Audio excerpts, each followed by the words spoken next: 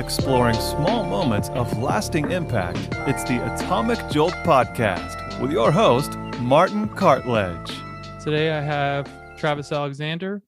Travis and I have been Twitter follower, cyber friends for like a few years, but it's nice to see you in person and to talk to you like a real human being. How are you doing?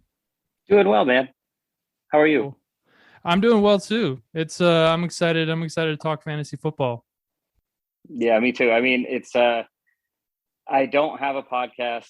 I have a one that I've been working on for my small business for Throne Watches, where I talk to people about creativity and stuff, but it's more of like a long form conversation. But I always say if I had to start a podcast, it would be about fantasy. Probably NFL in general for 6 months out of the year, but the other half would be I could just talk about fantasy football forever. Yeah. Okay. So fantasy football, a little bit about you. Like I'll just talk about what I know about you just through the internet. I mean, you were a musician a long time ago. Like when I was in a band in high school, like our vocalist was really into Therefore I Am. So that's how I found out about Therefore I Am. And then of course, like years later, I don't even know how, but somehow I found you on the internet and you were like self-publishing books and you started Throne Watches with some other people. And so, yeah, I mean, it seems like just with all that to be said, I mean, you're like just an artist through and through. You like a musician, you have like a history of like just writing and creativity. I'll be honest I feel like I'm curious what you think. I feel like there's a little bit of a stigma with fantasy football and like fantasy sports to where you almost have to be this kind of like ex-athlete or like kind of like a Chad bro kind of person to be really into it. And I mean, I have never been an athlete at all. And I still get weird looks when I say like, oh, I'm in, this fantasy league. It's really fun. Or, oh man, I got to check my phone. I want to see what I'm in fantasy. So I'm curious, did you grow up playing sports or were you just fantasy was just something that kind of like piqued interest along the way? I'm curious. Well, I mean, first of all, yeah, I'll agree with you. Whenever I tell people, like I have a band right now, and it's 3 other writers and myself, and we were working out our schedule. We're like, can we meet at the Space every Thursday? And we did that for the summer. And then in September, I was like, I can't do Thursdays anymore because I have to watch football on Thursday night. And they thought I was joking. They were just kind of like, okay. And I was like, no. It's what I do. Like, sorry, Thursday, Sunday, Monday nights, I'm like off limits. Mm-hmm. And they didn't make fun of me, but I could tell they were kind of like, I didn't see this coming. So I get that. I get where you're coming from with that. But yeah, my whole childhood was, my dad has always been really into sports and he's from LA. So my whole life I was raised on Rams, Lakers, Dodgers. He never really got into hockey, but if he did, I'm sure it would be Kings. And he, my parents were separated, but like I always wanted to get into sports more. So I would do the club sports. I was also from my town in Maine, Arundel, Maine was really small. So we didn't have like a good school basketball team or anything. So I was always doing clubs and things, but yeah, I played everything I could. And then in high school, I played lacrosse. And then when I graduated high school, I think it's really weird. I'm sober now, but that was about the time I started drinking a lot. And I just there's like a lapse in sports from age 19 until 30. It was like 10 years straight where I just didn't give a fuck. And I don't even know what happened. And like, I hate it. I like look at the Rams now and I look back and I'm just like, man, I missed the whole Steven Jackson era. Like there's just so many things that I just forgot about. And I think a lot of it was because I was on tour nonstop and just drinking a lot. And we didn't have smartphones the way we do now. So it was kind of like, oh, who won that game? Okay. And that was it. Mm-hmm. But yeah, then I got older and then sober and I was playing fantasy with a bunch of people, bunch of friends, but all the leagues I was in kind of sucked. People wouldn't set their lineups. And I have a problem where when I like something, I get very, very into it. I have not an addiction. Well, yes, an addiction problem, but like I have an addictive personality. Mm-hmm. So if you introduce me to something, like even chess, and we have a good time, that's all I'll do. That's all I'll do until I figure it out. And I really wanted to get better at fantasy, but all the leagues I was playing in sucked. So I created one with 9 of my closest friends, and we call it Cool League. And the whole thing is, it's just, we have a group chat and it's unlimited shit talking. We all know we're friends. We can be as mean as we want. And you have to play. Like, you have to try really hard, because if you don't try, you get kicked out at the end of the year. Oh, wow. And the whole benefit to that is, it's like, on the surface, it's like, yeah, I got kicked out of my fantasy league, whatever. But the chat in the off season has become like my main group chat. And this is like where we'll complain about our lives, and like, this sucks, my girlfriend left me, or like, I just got fired from my job, or like, hey, congratulations, you had a baby. Like, this has become now this friend circle thing. So now, on our 3rd season of it, no one wants to be relegated, because they just don't want to lose the friends. It's almost like getting kicked out of your friends group. Mm-hmm. And it's just a weird dynamic I didn't expect to cultivate with this, Yeah. Like, I kind of thought it would be like, oh, I'll forget to set my lineup. No one forgets anytime. No one ever fucks up. No one forgets. Everyone's just like, I need to stay in this, because if not, I lose 9 friends. And it's sure.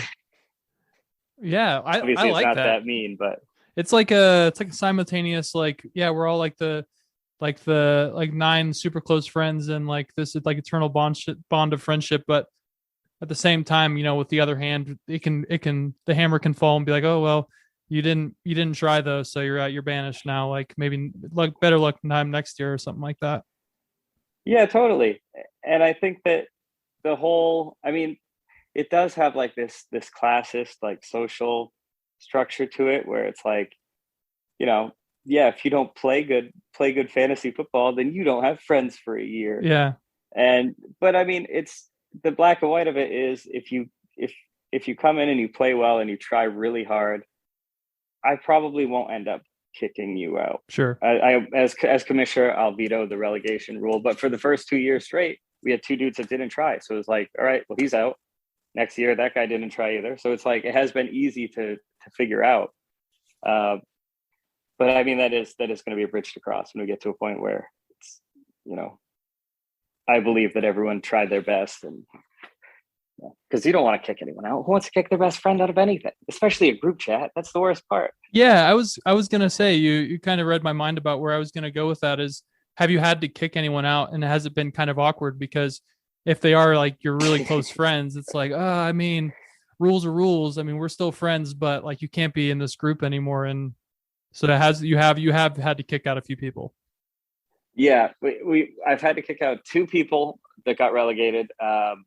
And both times, first of all, you know what you're getting into when you get there. And then they went to the bottom of the barrel early, and they never really came up, and they knew they were leaving. Mm-hmm. It was the type of thing where they, like, I would look at them and be like, you still have people, you have players on your buy, and like, there was never a question. The end of the season came and they just left the chat. So it was like, what are they going to do? Be like, I'm not fucking leaving. Sure. Like, dude, you didn't play by the rules, and this is the only rule. The only rule is you have to play right, and if you play right, you can stay, and that's it. Yeah. So, but yeah, it did suck, and I wish they were in still. But at the same time, they have an opportunity to come in the next year, and if they do, they're going to like it way more, and we all miss them. And it's not like we don't talk to them separately nonstop. It's just like this inclusion of the group chat is what it's all about, and that's what makes people feel stoked. And like, everyone always says that they're like, I don't mind not playing fantasy, but I just don't want to like leave the chat. Yeah, it's like fueled by FOMO. Totally. Well, so you say like there's a gap between like 19 to 30 of where you're just touring. It's kind of like sports in general is kind of on the back burner. Just going back to that. So you say like up until around 30, what changed at 30, and how did you what was your introduction to fantasy like? Was it one of your friends, or was it through your dad, or how did you even learn about fantasy? I think my first fantasy was probably 28 or 20. It had to have been like 7 years ago. But it was my friend Nick started a league, and he passed away a year and a half ago, but he started one, and he invited all of us into play, and I had no idea what it was. Oh no, my first time was 2013. It was right when I started Throne, and there was a Brooklyn business fantasy thing. So Throne had our own fantasy league, or fantasy team, and I was fucking terrible at it. And I told some friends I was doing fantasy, so like they invited me to do like charity ones. And I remember I was doing one for the Wonder Years. Are you familiar with the Wonder Years? Yep. I was doing a Wonder Years charity fantasy draft, and they kicked me out halfway through the draft, and they gave the team to a fan or something. So they were like, "This is really bad." And I think that year I ended up taking like, it was actually, I looked at the team later on, and it was actually fucking awesome. I got Nick Foles, and I think that was the year that he came back. But I only drafted him because he was a Ram, and he went to Philly. It was like a very funny thing. But so that was really embarrassing. And then I had this like, something clicked in where I was like, well, it's only fantasy. Like, what do you care? And then the other part of me was like, it's only fantasy. You should be really good at it. And that's how I handle pretty much anything that I try to do. So then the next year I went back and hit up all my friends. I was like, are you guys doing a fantasy? And they all laughed. They're like, you don't even watch football. You like the St. Louis Rams. You don't know anything. So then I just jumped back into it. It's probably 2014. I started watching every football game of the season. Didn't matter the team. And then I fell back in love with it because I always was when I was little. I used to watch every game, every basketball, every baseball, every football game. I used to have baseball cards, football cards. I knew every player. And it just it was part of me that just sort of disappeared. And I didn't really realize that until I started playing it again, or playing fantasy rather. But then from there, it just became an obsession. It was like, well, now I want to be better and better at this. And then it kind of links up to around the time that I had a kid, around the time my son was born, it was about the time I quit drinking as well. And it was just like a need for an outlet, because it's like, when you do creativity as a hobby for so long, it stops being a hobby. Like, you're working on a book, you're working on an album. And it was like, I need something that's just an out. And fantasy was like the easiest thing to do. It was like a long form poker game between 10 people that lasted 6 months. And I was like, oh, this is awesome. How do we get people to do this that are going to take it seriously? And that was it. Yeah. Yeah. I mean, that makes a whole lot of sense too. And I was curious about like why you kind of got back into it. You're beating me to the punch on a lot of follow-up questions as far as like, so you grew up watching sports of all kinds, like LA teams, but then you kind of became like agnostic, like 2014ish, just because you felt like it was almost kind of like revisiting like a younger self, like kind of like those feelings. I mean, I guess what was the main drive, or like, what do you think like you were trying to like get out of it per se? That sounds like maybe a little strange, but was it just like kind of like a comforting feeling, or was it just something to pass the time, or a little bit of both? I think it was a pretty good mix of like sports in general. Do you mean? Yeah. I think it was a good mix of two things. It was all of my friends. I just moved to Jersey City, New York area, and I was surrounded by a bunch of new people, and all they did was watch sports. And I felt not like, I mean, I felt included, like I would be with them, but I had no idea what was going on. I didn't know who any of the players were. I didn't know like the history of what had happened over the past 10 years. So I had a hard time talking about sports the way I used to. And it was bothering me because it was like, I wanted to be like, no. Like, you don't know what's going on. Like, I can talk. I know who this is, but I really had no idea. So I partially got back into sports for the camaraderie of it, and the other part of it was to prove to myself that like if a very normal person that has a family and no hobbies and a job, and they come home from work and they watch movies, if they can follow sports and they know stats and all this shit, there's no reason why I can't do that on top of everything else. And it was like it was half challenge, half camaraderie, just to prove to myself that I could do it. Because it is a lot. Like, I mean, football is one thing. At that time, there were like 16 games, whatever. I can handle that. No big deal. Basketball was a little more challenging to get back into, because when you're little, you don't even think about it. You're like watching a game a night, whatever. Now it's like, I can't watch basketball every fucking night. And same with baseball. But it just seemed so overwhelming. But ultimately, it was like, it sounds so stupid, but it's like, if you want to be a good writer, what do? You write. If you want to, if you want to understand sports players and stats and everything, what do? You watch fucking sports. So, Right. it was that's basically how it started. Yeah. Well, that makes a whole lot of sense. And I think like I have to like interject a little bit of my own thing here because it's pretty similar. I grew up like my dad was also super into sports. But like my dad's side's all based in Central Florida. And so it was that like, explains it. Because I'm looking in your background, I think I see the lightning. Yeah. Up there. Yeah. Oh, is it all lightning? Yeah. Okay. Yeah. But Sick. for the most part, like hockey is like the one sport. Whereas for you, it's like football. I would say the sport I follow the most is hockey, but I follow football and basketball pretty closely too. But I mean, I have like a pretty similar upbringing where, when I was young, my dad every morning, like 5 a.m. before work, watching Sports Center. I mean, every Thursday, Sunday night, Monday night, if there was a game on, that's what it was, like no ifs, ands, or buts. So that was my whole life up until I was probably a teenager. Then I went through like a huge angst streak where I was like, sports are lame and they're for corporate sellout dads. Like I'm going to be in a band. So I was in a terrible like metalcore band in high school, like everyone else was in the 2000s. And then when I was, let me think, it was 2014. No, I think it was 2014. Might have been early 2015. Regardless, my wife and I were dating, and she's from Colorado, and she was like always like an Avalanche fan, mainly just super into hockey. And so she'd always talk to me about it and be like, "Oh, these games are so fun. We should go. And I was still kind of like this, like had a bad attitude about sports where I was like, oh, they're just for bros and like, financial crypto guys at the bar. Like, I don't know, like, whatever. And then went to a game and it like kind of changed my outlet. And then I talked to my dad and then I finally kind of like, it clicked for me of like, he treated it almost like an outlet and a hobby. And I kind of thought it was just like old man stuff. But now I'm like, oh, it's just like, it's a cool thing to kind of get into passively that you can like occupy your time, but you don't, it isn't a job. You can just like, you can get better at knowing players and how the game works and like how things work. And it's like, it's a passive kind of outlet hobby. And so I got back into sports. Yeah. Like I think it was early 2015. And then from there, it's been insane. I think I've like talked to you on Twitter about it in passing of like, maybe I don't want to do what I do anymore. And I just want to like be a sports writer, or maybe I just want to like, I don't want to do this career anymore. I just want to go into sports.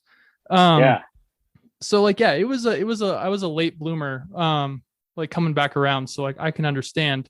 And the friends thing too, I think that was a kind of like something I didn't really think about, that I would have so many friends of mine that would actually care and keep up with it consistently. Cause I mean, I've been in leagues since, probably a year after that. So like 2016, I've been in leagues every single year. And it has been a great way since friends move away and grow up and have kids and get married. I'm curious. So you talk about moving to Jersey City, and I imagine that these 9 closest friends, you all lived in the same area at one point of your life, and then you all just slowly started fading away. Is that correct? Yeah, definitely. And that was a big reason that we picked these people in particular, because we missed each other. And I went into it with my friend Chris, who he's probably 5 years younger than me, and he's a musician as well. And he's from Maine. He's a little punk, and he was like, we should have a league where we pick the most competitive friends we have, and everyone just like goes at each other for the whole season, and everyone's just a total dick in the chat. And I was like, yeah, it sounds fun. It's like a text fight club sort of thing. Yeah. And so we purposely sought out our most competitive friends that cared about sports enough to follow and have a rebuttal for when someone talks shit about their team and all this stuff. And we picked, like, including myself, 10 of the most petty people in the world. And like, we're all awesome on anything else, but like when a Pats fan comes at me about Ram stuff, I get very petty. And like vice versa. Like, but yeah, everyone was kind of split up too. It was at that point when we started it, my friend Greg had just moved to LA, and Chris now lives in Nashville. He was in New York, but now he's down south. Joe and Zach are my buddies from here. And then we have a friend from Texas, another friend from California. And they just keep moving. So it's like, it's hard to even say, it was because of that. But yeah, I mean, the more they moved, I can say that the people that I have in Cool League now, I keep up with more than the people that are not in Cool League, which says a lot. I mean, but that's part of the camaraderie of it too. It's like you're talking to someone nonstop, and you want to go into the chat and you want to say something that'll really piss them off about their team or like their actual team or their fandom. Then they come back with like a not now, man, having a bad day. You like text me like, oh, what's going on? And you have a phone call and it turns into like an hour-long talk, and you're able to help each other out that way. But I think that's something we wouldn't have without the league. Yeah. And so you mentioned like people you're in a band with, or let's just say in general, you talk to someone that's like unassuming, like a unassuming sports fan, and you're in passing like, hey, I can't do Thursdays. Or how do you explain your kind of like love or appreciation for sports and fantasy specifically to someone that doesn't assume it, just looking at you, just walking on the street, or someone that doesn't know you as well? Do you bring in the camaraderie piece? Like, what I guess is like the silver bullet in a conversation to kind of explain to someone why you like it? I don't know. I've actually never had to have that part of the conversation. No one has ever said, do you like this? Or like, why are you into sports or anything? I mean, I have recently, like, I've made friends recently by wearing like a Rams hat to my kid's school, and I'm picking him up. There was another dad that was like, are you a real Rams fan? And I just like, without even turning around, I was like, hell yeah. Like defensively, like what? And the guy was like, okay, sick. And we like talked, just like dove into talking about the inner workings of the defense and the new defensive coordinator and Matt Stafford and like all this stuff. So it was like, I think that if someone is going to question you about something sports related, I think that the idea that you don't know what you're talking about, or the idea that you might be saying it or like doing it for the wrong reasons, all goes away within a second of talking. Like, who's pitching tonight? And if they can answer that, it's just like, well, that dude actually fucking cares. I didn't see that coming. And then who am I to like judge him? Right. Like, but I have seen that before, and it does almost like an elitist band thing where you're like, oh yeah, you like NoFX? Name 5 of their songs or whatever. Like I do see people wearing Cardinals stuff around here now, and I've never seen that before. And I'm just like, okay, man. Do you like Kurt Warner? Like, I want to have those conversations so bad, but then that would make me a dick. So I guess to answer your question, I got off on a tangent there. It's never really been a thing where someone asks or has asked why I got into it. My wife has noticed it. She was like, I don't know. One day he just all of a sudden he's just watching sports, but even she didn't question it. It was just something that happened. I think that also being sober, it's, first of all, saying that you don't drink or you quit drinking answers like 70% of anyone's questions about anything. And like, that was a big one. Like, like for the guys that I'm talking about, I'm like, yeah, well, my night to relax is Thursday night. And in their heads, they're like, well, he doesn't drink. So I guess that makes sense. Yeah. Like he's actually relaxing and just like watching football, and that's it. There's nothing else. Right. And that was the first thing. That was a big reason that I got harder into football, or not just football, but like sports in general, especially basketball and specifically Celtics and Red Sox. When I quit drinking, there was always a game on. So there was like this designated time of night for me to sit down and do nothing. And when the game was over, it was back to work or it was bedtime. Whereas before, that same, like I would use alcohol instead of a sports game. So it'd be like, I'm going to drink this beer and then work, but I wouldn't. I would drink like 10 of them, and it would be a never ending thing. But there's something nice about this Celtics game gets all of my attention for the next 2 hours. And then after that, I'm free. And it's like, there is something to that I think that my sobriety played in. I think my sobriety played a big role into that. Yeah. Well, I think it's really cool. And it's interesting that you mentioned that, ironically to me, like watching sports helped you kind of stay focused and like have something to do, fill the time. whatever, because I feel like sports is so tightly coupled with alcohol. Like the whole Yeah. culture of it. Oh, it's I hard. mean, like the commercials and like the advertisements. I mean, they're basically like a single entity. I mean, do you ever feel like any weird tension there, or do you kind of like get bummed out? Because like I'm not sober, but I still think it's annoying that they're so like hand in hand with each other.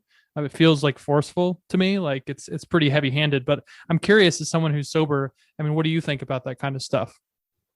Uh, no, I think I just understand it. Like I see the commercials and I see the ads for alcohol and beer and stuff, and it's like, yeah, this makes total sense because to normal people, nighttime is when you have a drink, and the weekends are when you have a drink, and it's like you're gonna go see your favorite team play, you're gonna start drinking at 11 a.m. It's like ingrained in us to do it.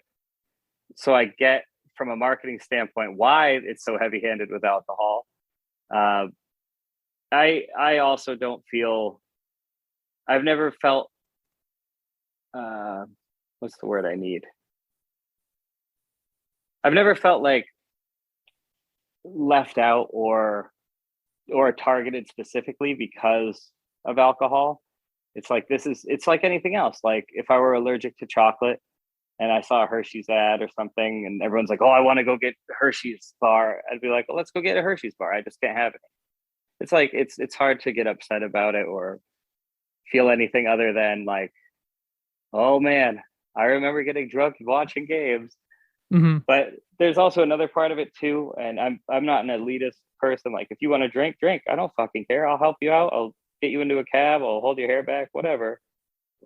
It's just not for me. Uh, there's nothing like elitist, but when I do go to a game and I see a lot of people who are out there and they're just drinking and spilling drinks and starting fights and stuff, I look around and I'm just like, man, I am so glad that I don't drink anymore. Yeah. So I would say that it's, if anything, I either don't notice the connection between sporting events and alcohol, or I embrace the fact that I am grateful that I quit drinking. Yeah. No, I feel like almost in another way, the flip side of my question was in a way, like just like having like a good, like, affirmation that you made a good idea, or you made a good, like decision, is going to a sports game and seeing people, that are completely inebriated. So that's a good point. Did you see that video of that? It was the Ravens Pittsburgh fan No. from the other day. Oh my God. It's like from week 12, the Ravens Steelers are playing, and I don't even know what happened, but one Ravens fan turns around and throws a drink in this Steeler fan's face. The Steeler fan's kid is sitting next to him and he starts crying, like hysterically crying because he's scared. And like Mhm. they get in this big fight, and the Steelers fan is yelling at the Ravens fan, and like the security has to separate them. And the whole time, this like 8-year-old kid is just sitting there bawling.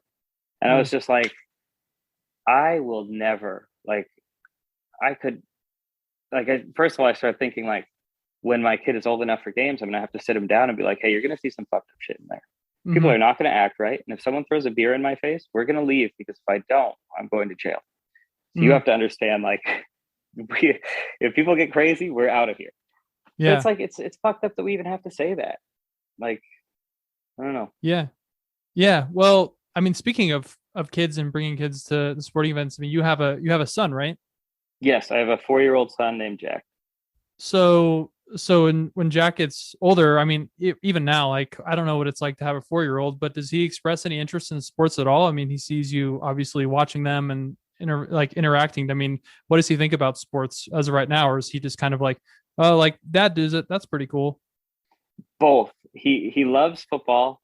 He loves the Rams. If he sees colors yellow and blue, he asks like, "Dad, is that the Rams?" And when people ask what his favorite team is, he says the Rams. And like if football is on, he wants to sit down and watch it with me. And anyone who's not yellow and blue, he recognizes as the bad guys. So, so Yeah.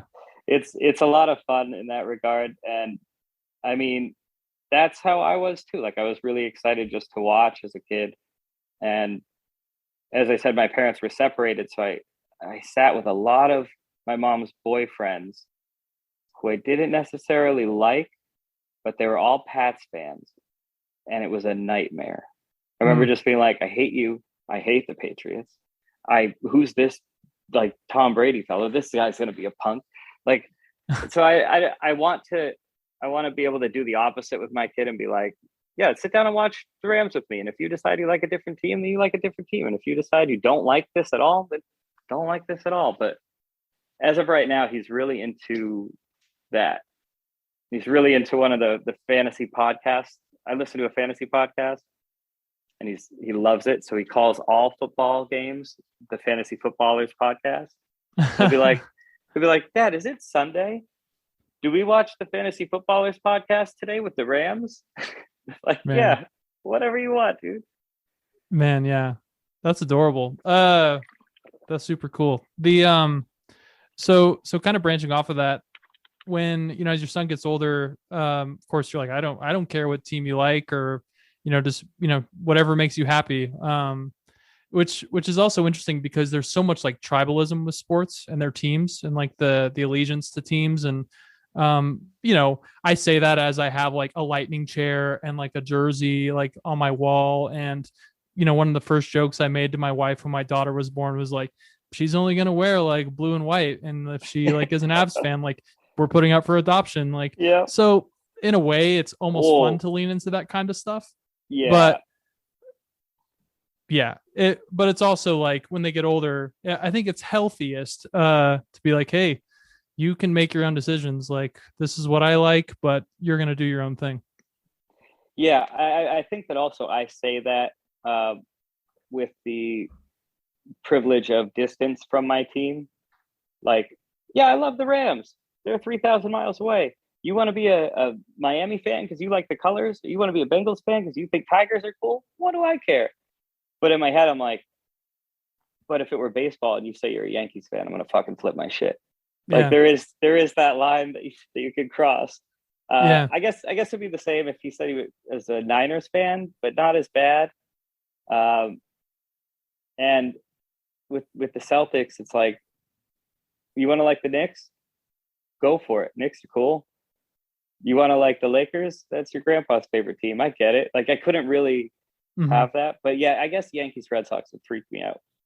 Yeah, for sure. Yeah. Luckily, I mean, I'm trying to think of something. I guess it is like, yeah, if it makes sense because she was born in Colorado and her mother was a Colorado Avalanche fan her whole life. But it would a little part of me inside would definitely die if she was like, no, I'm an Avalanche fan, Dad. Even though it would make sense. I mean, that's all she knew. She was born here, whatever. We'll cross that bridge when we get to it, I guess. Yeah, totally. Yeah, interesting to think about.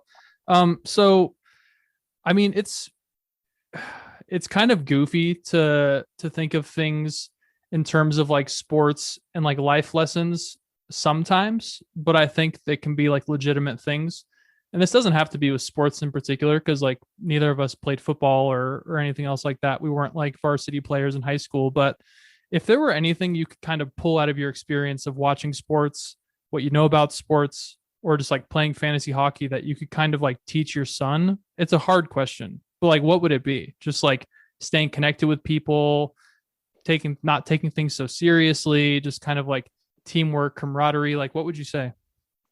That's a really good question. I think that, and this might just be like an overall life thing that would connect with all of the things you mentioned, but I am a very competitive person. I don't have to be, but if you say, hey, let's have a competitive game of blank, I'll be like, you're fucking on. Just because if you want to do it and it's a mutual thing, I love that stuff. I don't care if it's a race around the block or whatever. So I do remember at one point when I was playing lacrosse, I remember my coach, Wolfhart. Coach Wolfhart was his name. And he said to all of us, he goes, you're going to find out that when you get on the field that winning it's not a one-time thing. Like, it is an all-time thing. And you always want to win. And once you taste it, you'll never not want to taste it. And he's like, there's nothing wrong with that. Like, don't let anyone make you feel bad about wanting to win. If you're in a situation to win or lose, you want to win. And like, I feel like that's going to be the type of thing that I teach him. Like, yeah, it's fun to be on a winning team and whatnot. And it's fun to win, but like the other side of that sword, the other edge of that blade, I guess, is like, it's also okay to lose. Like, You don't have to be the fan in the crowd that throws his fucking drink on someone, and you don't have to be the guy that like breaks his phone because he lost a bet or whatever it is. But I think it is important that if you're going to do anything, you want to do it with intention. Like, it could be literally anything, but you need to have an end goal. Like, what do you want to happen at the end of this project or at the end of this career? Like, you want to win, then go win. I guess just don't half-ass anything is what I'll tell them. Like, if you want to do any of this stuff, just go all in on it. Yeah. I don't know. What definitely. would you say? You have a kid? Yeah. I have a daughter. She's 6 weeks old. So oh, she's only 6 weeks? Yeah, 6 weeks old. Yeah. Awesome. Congratulations. Holy cow. Yeah, thank you. I think more than anything, it's already taught me that like you just like take a deep breath and you just do your best and it'll work out. What I will eventually take from sports and try and like teach my daughter is the same thing of like I actually think the Lightning coach John Cooper says this, but it's process over outcome. I think that's huge because I think too many people focus on like, oh, like just like the fame or like the recognition or like a prize or something like that, and not like the actual work you put in along the way. And that's ultimately the biggest thing. And you mentioned this probably 25 minutes ago now. If you want to be a better writer, you just need to write. If you want to get better at, sports and fantasy, you have to watch more sports and you have to read more sports. And it's the same way with anything. And I don't really care what it is. You want to be better at football, you have to play football. If you want to, whatever it is. And so I think really just trusting the process is really like the main takeaway, is not really to focus on the end game. Of course, like you said, you want to win. Who doesn't want to win? And you want to be successful and you want to be rewarded for the work you put in. But I think the most important thing is to kind of look 6 feet in front of you and just trust the process. Exactly. Yeah. And I think that's a big thing that I love about not all sports stars. Actually, the majority of them, this doesn't apply, but there are the few like the Kurt Warners and the Tom Bradys and the Mookie Betts and just these dudes who literally play because they love to play, and that love is what makes them so good. It's not the type of thing where they get in there and they're like, I'm worth this and I want this endorsement and I'm going to be a baby in the conference and everything. It's like, I just really fucking like throwing the football and I'm lucky enough to have this be my job. So I'm going to be so good at it that the odds are that I win every game. And if you don't, you don't. But like, and I could listen. That's another reason why I started this Throne Pod, is because I could listen to a quote unquote successful person talk about their process. I don't care what they do. I just want to hear about it. I love that. And I think that with the Throne Pod, it's like I'm interviewing people who haven't really popped off yet. And right now, if I could listen to an interview of Stephen King in the 70s talking about how he's writing The Shining and saying like, I'm quitting drinking and I'm trying to write this book and it sucks and I hate I want that. And I love that. And I get to see that with a lot of the players that are the older veteran players in the NFL right now too. Yeah. Well, that's a perfect segue into like the last little segment here of like kind of like a speed question kind of round to my first one. Is you're a big Kurt Warner fan. Do you think the Kurt Warner movie will be good? No, but I'll love it. Yeah. And I'll defend it vehemently with all my friends. I'll be like, you just don't know what good is, even if it sucks. I don't care. Yeah. I saw a trailer for it the other day when I was at the gym, and it was like, it has a little bit of like a Hallmarky vibe, which I mean, I'm not knocking it. I'm curious.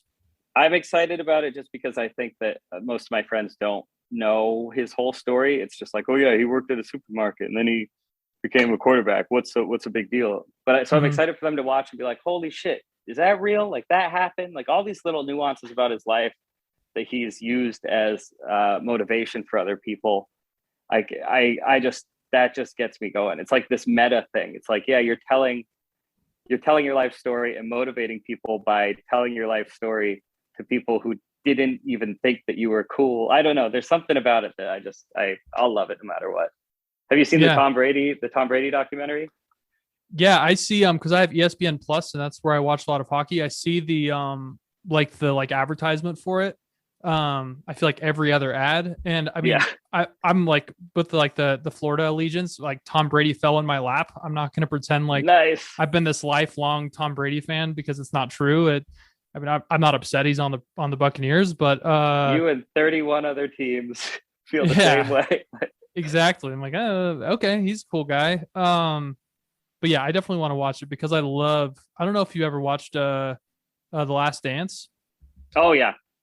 I love This that kind of gives, stuff. oh, me too, man. And this gives serious Last Dance vibes. Yeah, exactly. And you talk about like enjoying hearing like people like creative process and like the internals and like what their story is like and what they do and what they struggle with. I feel the same way about like sports stuff too. And like I said, like I've never been like this amazing basketball player or like football player, but like I love kind of seeing those like fly on the wall interactions like in locker rooms and like the struggle like that people don't really see and like all the drama and all the stuff that's going inside of people's heads. um it's just so interesting. Yeah, same. I love Man in the Arena. I think you're gonna like it. Yeah, Especially, I it totally looks forgot the sweet. connection. You have Brady now. I hated Brady my whole life Mm-hmm. up until last year, and now I love him. And I'm like, Yeah, he's probably my favorite football player of all time. And I've forgiven all the Pats Rams stuff. Like he's awesome. I think you're gonna like it a lot. yeah, well I mean like Super Bowl like last year, I mean, and everyone, all my friends, like I get like endless shit from Of because they're like course. you've like hockey for like what is it, like 8 years, and like the Lightning have 2 Stanley Cups back to back now, and like you like the Buccaneers for like 7 years, and like they get a Super Bowl like nilly willy like that and yada yada, and I've been X and Y, I've been a Lions fan my whole life and all this other stuff, and so yeah, Sorry, man, dude. right place, right time, I guess. Yeah, I don't know, maybe I you picked should the pick right better horse, I guess. teams. Yeah, like, I what do you picked the want right from me? horse. That's where I was born, can't control it. Yeah, exactly. If anything, I'm consistent. Right. When when the Buccaneers were really, really bad with Jameis Winston, I've been on the other side of it and it's okay. Oh yeah, same. And that's what makes it so much better too. Like, I mean, Stafford is no Brady, obviously, but like Mm-hmm. uh, this whole season, everyone's comparing them to like Lakers, 80s Lakers Showtime, where they were more flash than they were a player and stuff. I'm like, Mm-hmm. you have no idea what I went through with Jared fucking Goff. And before that, like Mark, like we're talking Mark Bulger for a time. Like we haven't had anyone. We had Kurt Warner once and then nothing. And now we have like, I deserve this. Talk shit. Right. It's fine. Right. Yeah. Oh, and I just realized I'm going to the Denver Lions game tomorrow, and I'm like a little bit of like a Homer Broncos fan just because of like I've lived most of my life here, but I just realized that my only Broncos jersey is Von Miller and he's on the Rams. That is true. Interesting. Um I'm excited for that game. I'm excited to watch Javonte again after last week. That mhm. dude, he's my favorite rookie of the year. And last week, I'm like, I wish he was a Ram so bad, or I wish I had him in more fantasy leagues.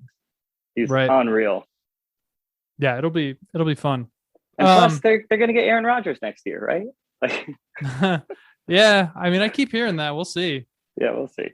Okay, this is like a two tricky ones to kind of end it. So like we didn't talk too much about writing, but I mean, you're like kind of like a self-published author, like you have a bunch of different, books and stuff like that. What would you, if you had to give like a piece of advice to someone that's like, I want to like self-publish a book, or I just want to start, what would you tell them? Like if you had to give them a piece of advice? Well, I've actually never self-published, so I don't know. I've looked into it, but I don't know the first step. But if someone asks how to start, I would just say, just start, and don't, like, the best thing you can do is not look for advice too soon. Like, don't take classes on it before you've written like 100 short stories. Just write them and make them the way you want them, and then start showing them to people and see how they react. And if everyone in your life goes, these are just awful, which they could, you have to go back to the drawing board and start again and take every piece of critique. I guess learn to get learn how to get critiqued and don't listen to anyone but people that are talking about your specific story. Because it's really easy to get bogged down in this world of, if you're going to be a writer, you have to do this. And I hate books that don't do this and blah, blah, blah. And then you'll, like, one of the big ones that I keep hearing about lately is like, the third person omniscient is dead.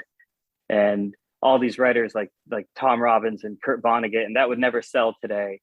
And it does get in your head and you start thinking, well, everything that I like sucks. And if I write the way I write because of everything I like, then what I write sucks. And it can get you really down. So I guess like the best thing to do is like learn on your own, like figure, if you want to write. It's like the one thing that everyone in the world, I guess I shouldn't say that, but one thing that most people that know how to write their name and write words can do. It's not like you have to learn an instrument or you have to learn a program. You just have to grab a pen and paper and just start writing.